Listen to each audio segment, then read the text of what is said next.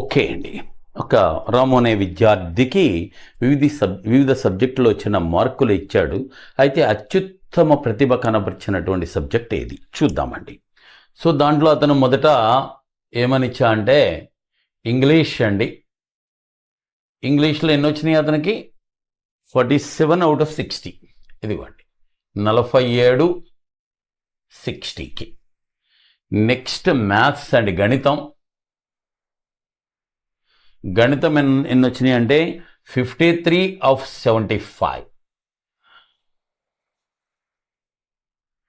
53 of 75.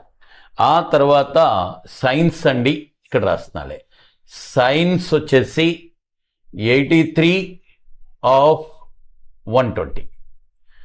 ఆ తర్వాత social వచ్చేసి ఎంతండి 128 of 150. చూద్దాం వీటిలో అత్యుత్తమ ప్రతిభ కనబర్చింది అది అంటే ఎక్కువ పర్సెంటేజ్ వచ్చింది అని అర్థం. రైట్ అండి. ఇప్పుడు 4 మంచిది, ఈ రెండు కంపేర్ చేసుకోండి, ఈజీగా ఉంది కదా.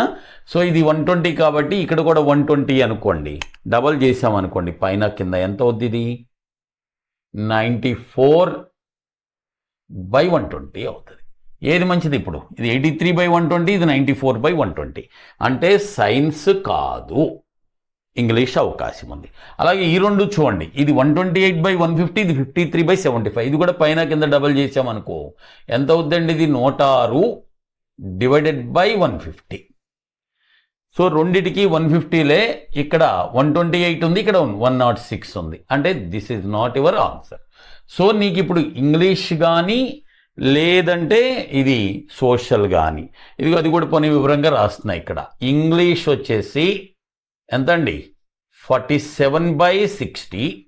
అలాగే సోషల్ వచ్చేసి ఎంత? 128/150.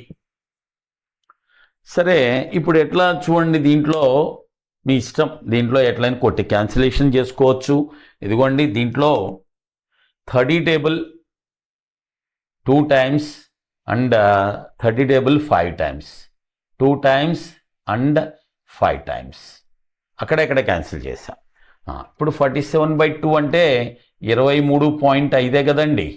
అది అలాగే ఇది 128/5 అంటే చూడండి 5 దీంట్లో 2 సార్లు 2 5లు 10, 28లో 5 5లు 25. ఓకే, ఇంకా అక్కర్లా. ఏది ఆన్సరు? సోషల్. అత్యుత్తమ ప్రతిభ కనబర్చింది ఏదండి? సోషల్. ఇది 25 పాయింట్స్ సంథింగ్ వచ్చింది కాబట్టి.